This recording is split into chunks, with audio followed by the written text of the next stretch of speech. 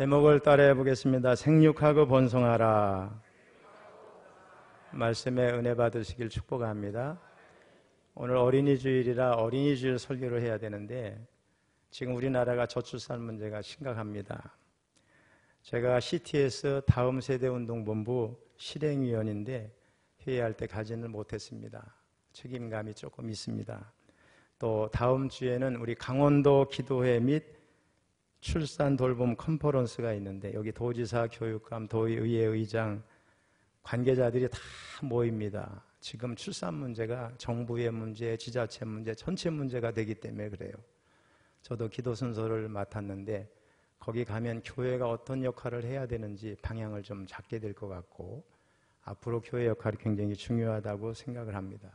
그래서 오늘은 생육하고 번성하라 이런 제목의 말씀을 전하게 됐습니다.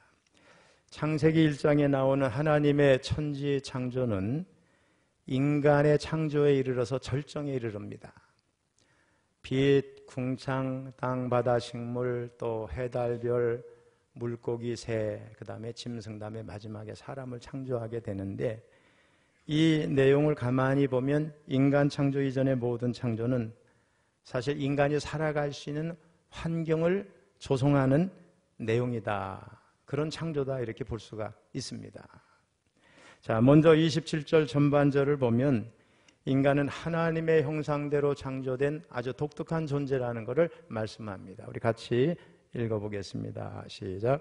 하나님이 자기 형상 곧 하나님의 형상대로 사람을 창조하시되 그만요. 자, 여기서 형상이라는 말은 히브리어로 첼렘이라는 말을 써요. 자, 어떤 실체가 있으면 그걸 그림으로 그렸다 그러면 여기 비슷비슷하겠죠? 그것처럼 하나님과 인간, 그간에도 그 사이에도 구체적인 닮을 꼴이 있다는 거예요. 즉 인간은 하나님의 성품의 영향을 받아서 지음받았다, 그런 의미가 되겠습니다. 이 선언을 생각하면 우리 진화론자들이 말하는 게 가짜라는 거예요. 인간이 저급한 상태에서 고등한 상태로 진화했다는 것을 잘못했다고 선언하는 것이죠. 그리고 모든 피조물 가운데 인간만이 하나님과 교제할 수 있는 특별한 존재로 창조되었다, 이런 말입니다. 인간은 영적인 존재고 하나님과 교제할 수 있는 유일한 존재라는 거예요. 여러분 강아지 키우는 집 있죠? 아침에 일어났더니 막 개가 하나님 오늘 하루도 평안하게 하소서 막 이렇게 기도하는 걸 보신 일이 있나요? 뱀이 아침에 막 이렇게 기어다니면서 하나님 오늘 개구리를 만나게 하소서 막 이렇게 기도하는 걸 봤어요? 사자가 뭘 잡아먹고 죄책감에 빠져서 하나님 제가 누구를 잡아먹었나이다 그러는 걸 본 일이 있어요, 여러분? 그건 짐승에게는 없는 거예요. 인간만이 하나님과 교제할 수 있는 영적인 존재로 창조됐습니다. 자, 그렇다면 왜 하나님의 형상대로 지음받은 인간들이 이 땅에 많은데 세상에서는 여전히 상상할 수 없는 악행들이 계속해서 발생하는가? 그 이유가 뭘까? 그것은 바로 인간 안에 있는 하나님의 형상이 죄로 인해서 망가졌기 때문에 그렇습니다. 그렇다면 근본적인 해결책은 없을까요? 있습니다. 하나님의 형상을 온전하지는 않지만 회복하면 될 줄로 믿습니다. 여러분 2008년에 숭례문 화재 사건이 있었던 거 아시죠?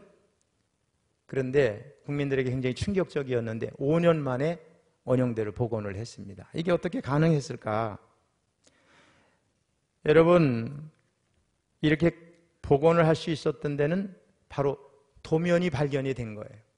1961년부터 63년까지 있었던 보수공사 기록을 다 샅샅이 뒤졌는데 최영완이라는 사람이 그때의 모든 기록과 도면을 보관하고 있다는 걸 알게 됐고 이를 근거로 숭례문은 복원이 가능했습니다. 어떻게 인간이 하나님의 형상을 회복할 수 있을까? 바로 본질상 하나님이시지만 임마누엘 하셔서 우리 가운데 오신 예수님을 바라보며 그분을 닮아가며 살면 될 줄로 믿습니다. 자, 히브리서 기자는 말씀합니다. 히브리서 12장 2절 앞부분만 시작. 믿음의 주요 또 온전하게 하시는 이인 예수를 바라보자.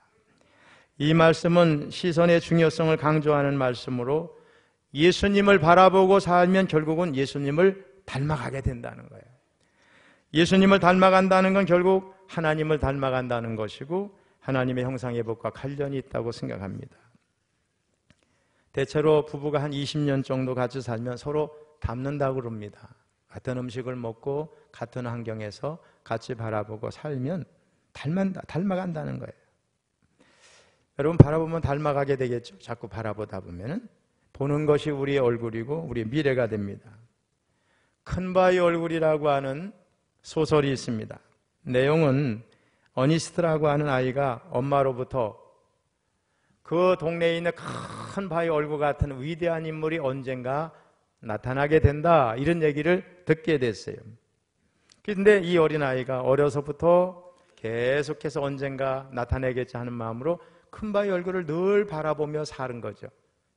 소설의 마지막 부분에 큰 바위 얼굴은 누구여서 바로 그 아이가 성장해서 큰 바위 얼굴의 모습을 하고 나타난 거예요.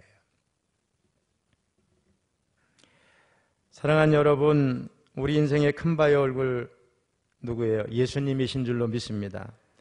하나님을 본 사람이 없지만은 우리 가운데 오신 독생하신 하나님이 나타나신 분이 누구예요? 예수님이에요. 모든 인생의 큰 바위 얼굴이 되셨어요. 그래서 그 예수님을 바라보며 닮아가다 보면 하나님의 형상이 회복되고 악한 범죄도 이 땅에서 줄어들게 되리라고 생각합니다.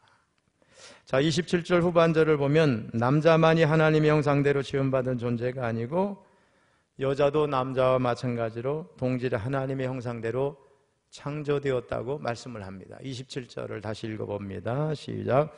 하나님이 자기 형상 곧 하나님의 형상대로 사람을 창조하시되 남자와 여자를 창조하시고, 여기서 남자와 더불어 여자를 창조하셨는데 이걸 특별히 언급한 이유가 뭐냐? 남녀 간에는 본질적인 차이가 없다는 거예요. 신체 구조는 다를 수 있지만은 인격적인 거, 하나님의 형상을 입은 고등한 존재, 영적인 존재에선 차이가 하나도 없다는 거예요. 자, 그러면 하나님이 사람을 창조하시면서 남자와 여자를 창조하신 것의 의미가 뭐냐? 그것은 한마디로 남편과 아내를 창조했다는 거예요. 다시 말하면 하나님이 남편과 아내를 창조하심으로 한 가정을 창조하신 거예요. 그래서 아담과 하와가 서로 최초의 가정을 이루었어요. 부부가 돼서. 그리고 이 가정으로부터 온 인류가 번성하게 된 줄로 믿습니다. 자, 28절은 남편과 아내로 한 가정을 이룬 아담과 하와에게 하나님이 복을 주시고 최초로 하신 명령입니다. 우리 읽어봅니다. 시작. 하나님이 그들에게 복을 주시며 하나님이 그들에게 이르시되 생육하고 번성하여 땅에 충만하라. 땅을 정복하라. 바다의 물고기와 하늘의 새와 땅에 움직이는 모든 생물을 다스리라 하시니라. 아멘. 이 하나님의 명령 속에는 생육이 있어요. 번성이 있어요. 충만이 있어요. 정복이 있어요. 다스림이 있어요. 자, 그런데 오늘날 저출산으로 인해서 국가 전망이 위태로운 시대에 사는 우리는 여기서 생육하고 번성하여 땅에 충만하라, 이 말씀에 대해서 더 주목을 해야 될 줄로 믿습니다. 우리나라 통계청에 의하면 지난해죠. 2022년 국내 합계 출산율은 여성이 평생 동안 낳을 것으로 예상되는 평균 출생아 수를 말하는데 이게 0.78이에요. 국제협력개발기구 OECD 회원국 중에 꼴찌고 그 나라의 평균의 절반이 안 돼요. 2021년도에는 국내 거주 인구도 처음으로 감소했어요. 자, 여기 어른들 시대에는 적게는 서너 명을 낳았어요. 많이는 10명을 낳았어요. 심지어는 12명도 낳았어요. 제가 어렸을 때 저희 뒷집에 장로님이 사셨거든요. 12를 낳았어요. 거기 큰아들이 낳은 아들은 아버지의 막내 아들보다 더 나이가 많을 수도 있어요. 그런 일이 많았어요. 근데 세월이 좋아지면서 이제는 아이가 부담이 되는 시대가 됐어요. 한번 생각해 보세요. 우리나라 출산율이 0.78이라는 말은 부부가 결혼해서 한 명도 안 낳는다는 얘기예요. 부부가 결혼해서 2명을 낳아도 자연감소, 사망 이런 것 때문에 인구가 주는데 한 명도 안 낳으니 인구가 기하급수적으로 줄 수밖에 없습니다. 여러분.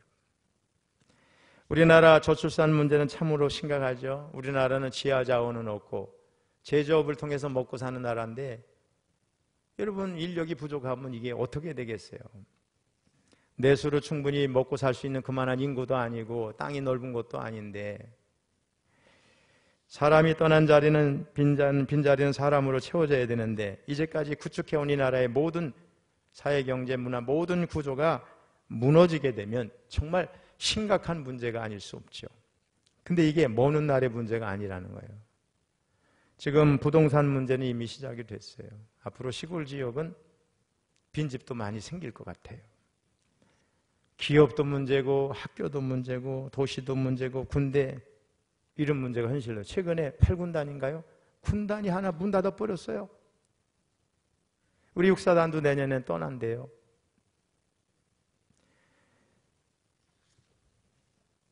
지금 문제가 심각한 거예요. 제가 일부 예배 때 그래서 오늘 온 한 목사님 아들 태양이 너 공부하지 말라고. 대학에 막 아무데 여기저기서 막 오라고 문 열어놓고 난리가 될 거라고.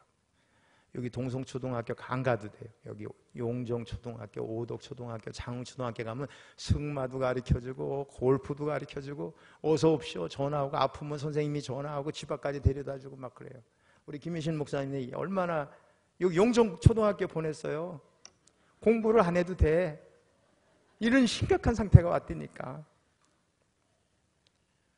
한선정 목사님 막 빛이 번쩍할 거야 지금 막 자녀 한보대에서 공부하다 이 우리나라 이거 뒤처지는 거 아닌가 그랬는데 나중에 그냥 간다고 걱정할 게 하나도 없어요. 이 정도야 지금 심각해요. 안타깝게도 통계학자들은 어느 시점에 이르면 우리 민족은 단 한 사람도 남지 않을 것이라고 하는 불길한 예언도 하고 있어요. 물론 정부는 다양한 출산 장려 정책을 펴고 있어요. 그런데 근본적인 문제가 해결되지 않으면 젊은이들은 결혼할 생각 안 할 거예요. 해도 자녀를 낳을 생각 엄두도 내지 못해서 아이 낳는 거 다 포기할 겁니다. 그러면 이 문제를 어떻게 해결해야 될까? 일단 두 가지 문제만 해결되면 어느 정도 가능하죠. 하나는 뭐냐? 직장을 가진 여자들이 아이를 마음 놓고 맡길 수 있는 대책이 마련되는 것이고, 다른 하나는 아이를 낳는 비용, 양육비, 교육비를 국가가 우선해서 해결해 주는 거예요. 그러면 아이를 낳는 일을 어려워하지 않을 수 있어요. 이번에도 아마 예측컨대 우리 강원도 기도회 가면 우리 도 차원에서 기독교 차원에서 교회가 어떤 역할을 할까? 그 여유 공간을 출산 돌봄 정책에 그 공간을 활용하는 얘기들이 많이 나올 거라고 예측하고 있어요. 그런데 진짜 문제는 뭐냐? 이 문제가 두 문제가 해결된다 해도 아이가 부부 생활의 거침돌이 될 수 있다고 여기는 부부에게는 아무 소용이 없다는 거예요. 결혼을 해서 애를 낳아도 아무 지장이 없는데 아이를 낳지 않는 소위 이런 거 사람 뭘 딩크족이라고 그래요. 더블 인컴 노 키즈. 두 사람이 맞벌이를 해서 돈은 수입은 배인데 애들은 없이 우리만 그냥 재밌게 살다 죽자. 이런 사람들이 딩크족이라는 거예요.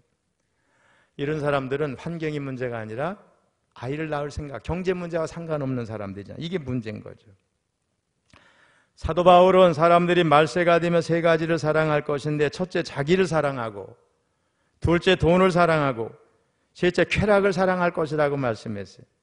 어쩌면 자기를 사랑하는 이기주의가 결국 아기를 낳지 않은 주요한 이유가 될 수도 있습니다. 애를 낳으면 양육하고 돌보고 교육시키고 취직시키고 결혼시키고 나중에는 손자, 손녀들까지 돌봐줘야 되는데 이 모든 일이 결국 자신을 힘들게 하고 고통스럽게 하기 때문에 여섯자로 무자식, 상팔자 이런 생각을 하는 거죠. 이제 와서 이민자들을 받겠다고 하지만은 이민자를 받으면은요 여러 가지 사회적인 문제가 생겨요. 이민자들은 한국에 와서 돈 벌고 가겠다는 사람들 아니에요. 애국심도 없어요. 그 사람들이 가면 자본도 유출되고 기술도 유출되고 우리나라 손해만 보는 거예요. 그러면 우리 기독교인들에게 저출산 문제에 성경적인 해답은 없는가? 있습니다. 오늘 본문 28절에 하나님의 명령에 순종하는 겁니다. 쉐마교육연구원 현용수 원장은 저출산 극복한 이스라엘의 쉐마교육 연구와 교회 임상 결과라고 하는 발제를 통해서 저출산의 해결법은 하나님의 명령에 순종하는 정통 유대인들, 그들이 정답이다, 이렇게 말했어요. 그는 결혼 목적이 한국 사람은 개인의 행복이지만 유대인은 하나님이 무엇을 원하는지를 이루는 것이라 그랬어요. 경건한 자녀를 낳아서 말씀 맡은 자로서 자녀를 양육하는 데 있다는 거예요. 생각이 달라요. 실제로 유대인들은 불과 70년 전에, 여러분 홀로코스트란 말이 아시죠? 대학살이란 말이에요. 유대인들이 폴란드 아우슈비츠 죽음의 수용소를 포함해서 동구권에서 600만 명이 죽었으니 이스라엘 전체 인구의 67%, 600만이 사라졌어요. 근데 지금 전 세계에서 약 1,500만 명이 증가했어요. 특별히 정통파 유대인은 산하 제한을 하지 않는 거죠, 성경대로. 그래서 평균 7.1명을 낳으니까 10명 낳는 건 보통인 거예요. 그리고 일반 유대인들도 평균 3.1명을 낳는데 세계에서 이스라엘이 출산율이 가장 높습니다. 지금. 유대인의 한 랍비는 이렇게 말했어요. 출산은 미래를 위해서 나무를 심는 것이다. 유대인들은 미래를 지금 차곡차곡 준비하고 있다는 거예요, 여러분. 저출산 문제의 극복 대안으로 이 정부가 그동안 여러 가지 정책을 했지만 잘못된 게 얼마나 많아요. 우리나라 현재는 낙태법을 폐지하고 학생 인권 조례를 제정했어요. 요새는 선생님들이 애들을 무서워해야 돼. 눈치를 보고 막 출근해야 돼요. 그렇죠? 이상한 애들이 너무 많아요. 오래전에 그랬어요. 저희 때 운동권에서 부끄럽게도 우리 감력에 대한 모건대학에서 총학생의 어떤 학생이 교수를 무릎 꿇었어요. 총장을. 그런 일도 있어요. 지금은 애들도 건들면 안 돼. 큰일 납니다. 요새. 신의 직장으로 여겼던 교사들이 지금 막 퇴직한다는 거 아니에요. 교대 지원율이 급감하고. 또 동성애 차별금지법 제정을 하려고 시도하고. 이런 출산 장려 정책. 이거 정말 정반대로 가고 있는 정책들이 너무 많아요. 특히 낙태법 폐지는 살인죄를 범하는 것으로 차별금지법보다 더 악한 죄예요. 이는 무책임한 성적 쾌락 추구를 부추기고 하나님의 지상명령을 어기는 행위라는 거예요. 지금 유럽과 미국은 낙태를 합법화했지만 이스라엘은 낙태를 여전히 불법으로 규정하고 있어요. 정통파 유대인들은 성경적 가치대로 하나님의 명령대로 사는 거예요. 우리나라 정부는 저출산 문제 해결을 위해서 지난 2006년부터 얼마를 쏟아부었느냐, 280조를 쏟아부었어요. 근데 나아진 게 하나도 없어요. 현재 출산율은 세계 최저입니다, 대한민국이. 근래 들어서 우리 사회 아이들이 막 급격히 줄어들고 있어요. 올해 전국에 신입생이 한 명도 없었던 초등학교가 부지기수예요. 특히 경북 지역은 신입생이 제로, 0명인 초등학교가 32곳이에요. 어린이집이 문 닫은 곳이 지난해만 3,000개 이상이에요. 얼마 전에 국민일보 아침에 딱 펴니까 우리나라에 유치원 이런 데 문 닫은 게 수천 개 된다고 보도가 되고 있어요. 현 정부는 대통령이 저출산 고령사회위원회 위원장으로 회의를 직접 주재하면서 저출산 문제를 심각하게 보고 있어요. 또 대책 마련에 적극적으로 나서기도 하는 것 같아요. 알려지기는 5가지 국정운영 방향이 나왔어요. 돌봄과 교육, 육아와 교육 병행, 주거 문제, 양육비 지원 문제, 건강 문제 등을 5가지로 정했다는 거예요. 하지만 이제는 정부에게만 저출산 문제를 맡겨서는 안 되고 문제 해결에 교회는 물론이고 국민적인 지혜를 총동원해야 될 때라고 저는 생각을 합니다. 제 개인적으로 생각하고 있는 몇 가지 저출산 문제 해결 방안을 말씀드릴 텐데 불편해도 들으세요. 어떤 사람은 불편할 수 있어요. 이번에 토론회가 있으면 저도 기회가 되면 발언을 하려고 그래요. 첫째 뭐냐? 정부 차원의 대대적인 결혼, 출산 캠페인을 전개해야 된다고 생각합니다. 결혼과 출산은 매우 개인적인 문제지만 대중적인 해결책을 찾는 거 필요하다고 생각합니다. 과거 여기 여러분 다 아시잖아요. 과거 산하제한 캠페인 아시죠? 둘만 낳아 잘 기르자 그랬죠. 나중에는 뭘 했어요? 하나만 낳아 잘 기르자. 이게 우리나라를 망친 거라는. 근데 그걸 계속해서 반복하니까 2명 이상 낳는 사람은 미개인처럼 생각했잖아요. 그래서 애를 안 낳는 거야. 야만인이라고 생각하고. 이게 먹혀들은 거예요. 그러니 이제는 우리는 애 낳는 이 캠페인을 전개해야 되는 거예요. 넷만 낳아 잘 기르자. 5도 적다 6 이상 낳자. 막 이런 거를 해야 되는 거야. 출산이 축복이다. 나라 우리가 해결해 준다. 막 이런 거를 해야 된다는 거예요. 여러분, 광고 영향이 있죠? 여자분들 광고 많이 보잖아요. 상품 광고. 얼마나 영향력 있어. 상품 광고도 영향력이 있는데 자꾸 들으면 생각이 바뀌잖아요. 대대적인 캠페인을 해야 돼요. 두 번째는 과감한 사회적인 지원입니다. 저출산 문제 해결의 우선순위를 아이를 낳고 키울 때 부딪히는 모든 문제 해결하는 데 집중을 해야 돼요. 그래서 경제적인 이유로 출산을 포기하는 일이 없도록 사회적인 지원을 과감하게 해야 될 줄로 믿습니다. 독일 같은 경우는요, 돈 지원하고 인프라 또 시간 이런 걸 겨냥해서 다양한 조치를 했는데 그 결과 이미 10년 전부터 출산율이 안정세를 찾아했어요. 2016년에는 40년 만에 최고 수준의 출산율을 기록했어요. 독일이 실시한 구체적인 사례를 보면 3세 미만, 6세 미만 어린이에 대한 보육을 아주 대폭 확장을 했어요. 그리고 앞으로 2026년 3년 후부터는 태어나자마자 그때부터 초등학교 졸업할 때까지 그 아이의 모든 돌봄, 이거는 법적인 권리가 주어지는 거예요. 나라가 책임지는 거로 아예 보장을 했어요. 아울러 새로 도입한 부모수당을 통해서 14개월까지는 자기 자녀를 집에서 길러도 대체소득을 다 받는 거예요, 그대로. 제가 독일에 전에 갔을 때 보니까는 독일 사람들 주로 이제 막 무슬림들이 많이 이민 오는데 애를 많이 낳으면 그거 가지고 일 안 해도 사는 거예요. 그것뿐이 아니죠. 우리가 아는 대로 독일은 교육이 거의 무료입니다. 저희 며느리가 독일에서 박사학위까지 했으니 거기서 공부한 과정 알잖아요. 돈 안 내요, 돈 안 내. 안 내는 정도가 아니라 장학금까지 줘서 공부했어요. 어릴 때부터 대학생까지 교육비 안 냅니다. 학교 공부를 따라가지 못하는 아이들을 위한 교육제도가 있지만 한국처럼 이렇게 학원 같은 거 없어요, 여러분. 세 번째는 뭐냐? 싱글세를 부과해야 돼. 독신으로 사는 사람한테 세금을 매겨야 돼. 결혼하지 않은 싱글에게 세금을 부과하자는 거예요. 결혼 안 하면 손해본다는 것을 인식시켜주는 거예요. 제가 미국 갔을 때 저희 조카가 그래요. 큰아빠, 미국은 결혼 안 하면 세금으로 반은 떼요. 결혼 빨리 해야 된다는 생각이 머릿속에 항상 있는 거예요. 여러분, 이런 방안에 대해서 불편해하는 사람도 있을 수 있지만은 국가 전망에 관한 문제에 있어서는 더 이상 좌고우면할 수가 없어요. 실제로 과거 역사를 보면 과거 오래전부터 이런 제도를 시행을 했어요. 세금 제도로 막 이렇게 과감하게 먹이고 막 그랬어요. 지금도 현재 선진국에는 이미 실시하는 나라들이 있고 일본도 이걸 검토하고 있어요.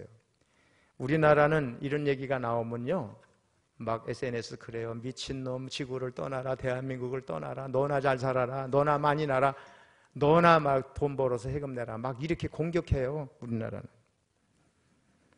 그런데 어떻게 시행하면 좋을까? 일단 법으로 정해진 구간을 만들어야 돼. 제 생각에는 25부터 35살까지. 이 구간 안에 결혼을 안 하는 사람은 세금을 50% 정도 매겨.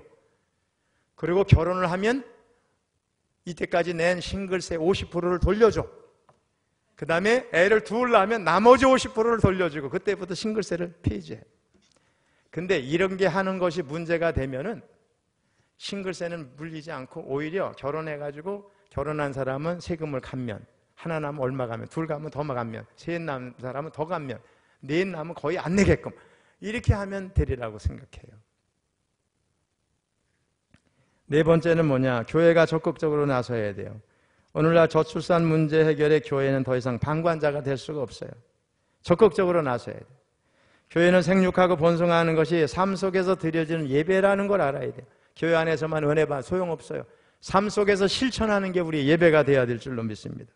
교회가 저출산 문제 해결에 적극적으로 나서면 교회를 보는 세상의 시선도 달라지리라고 생각합니다. 특별히 교회 젊은이들은 생육하고 번성하라는 하나님의 명령에 적극적으로 순종을 해야 돼요. 그러기 위해서는 결혼은 올무나 저주가 아니라 이 세상의 속임수에 속으면 안 돼요. 결혼은 저주가 아니라 축복입니다. 결혼은 하나님의 뜻이기 때문에 그래요. 그리고 이미 결혼한 부부는 많이 낳게 해달라고 막 기도를 해야 돼요. 그 부모님들은 어떻게 뒤에서 많이 낳게 하소서, 많이 낳게 막 기도해야 돼요. 여러분, 저는 손자들이 몇 명인지 알아요? 손주, 손녀가? 5명이야. 앞으로 2-3명은 더 늘 수도 있어. 저희 며느리는 애를 잘 낳아. 셋째 날 때 제가 여기 포천의료원 새벽에 막 이제 달려서 차를 이렇게 운전하는데 옆에서 대화하고 아무 일도 없어요. 아직도 멀었다 생각했는데 도착해가지고 주차장에서 주차 딱 하고 들어갔더니 애를 낳았어. 그것도 통로로 걸어갈 때 나올 것 같아서 한참 조심하고 갔대. 넷째 날 때죠. 이번에도 또 제가 작년에 또 데리고 갔잖아요. 우리 지방에 교역자들이 가족 수양에 떠났는데 저는 그 기간에 날 거로 예측을 했는데 정확했어. 그래가지고 차 안에서 가는데 병원에 이제 미리 의사한테 연락을 했더니 의사는 이제 진통 오면 1시간, 2시간 걸린다고 나오지도 않았어.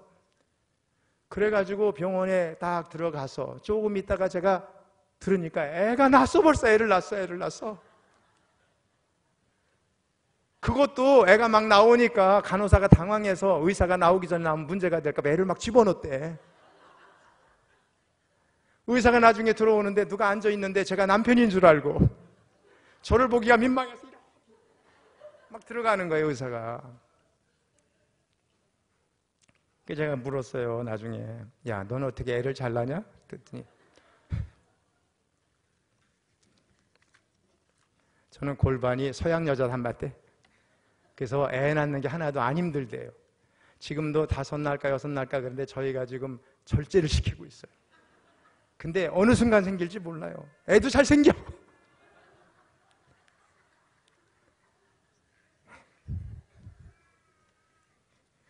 저희 딸은 하나니까 하나 더 낳지 않겠어요, 적어도. 여러분, 여기 막힌 사람은 할 수 없고 부모님은 자녀 자꾸 출산을 위해서 기도해야 되고 많이 낳아야 돼요. 우리 신현자 권사님 여기 오늘 하더라고. 며느리가 왔는데 얼마나 예쁘고 잘생겼는지 부부가 잘 어울려요. 우리 전옥선 사무장님 조카의 딸이 저기 우리 며느리가 잘생기고 더 예쁘고 그런데 몇 명 낳을 거예요? 우리 신현자 권사님 애로우신데 4명 이상 낳아야 돼, 그죠? 우리 교회에서 10년 전부터 첫째 낳으면 10만 원, 둘째는 20만 원, 셋째는 30만 원, 넷째는 40만 원 하고 축복기도 했는데 이게 적은 게 아닌가 이런 생각을 해요. 지금까지 넷째 낳아서 40만 원 받은 사람이 몇 사람은 안 되는 것 같아요.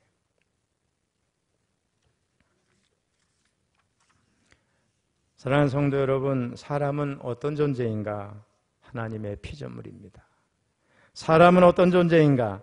세상의 모든 동물들과 다르게 하나님의 형상을 가진 피조물이에요.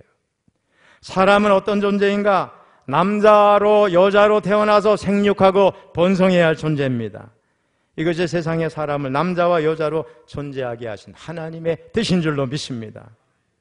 왜 저출산 문제가 생기는가? 바로 이 하나님의 뜻에 따라 사람들이 살지 않기 때문에 그래요.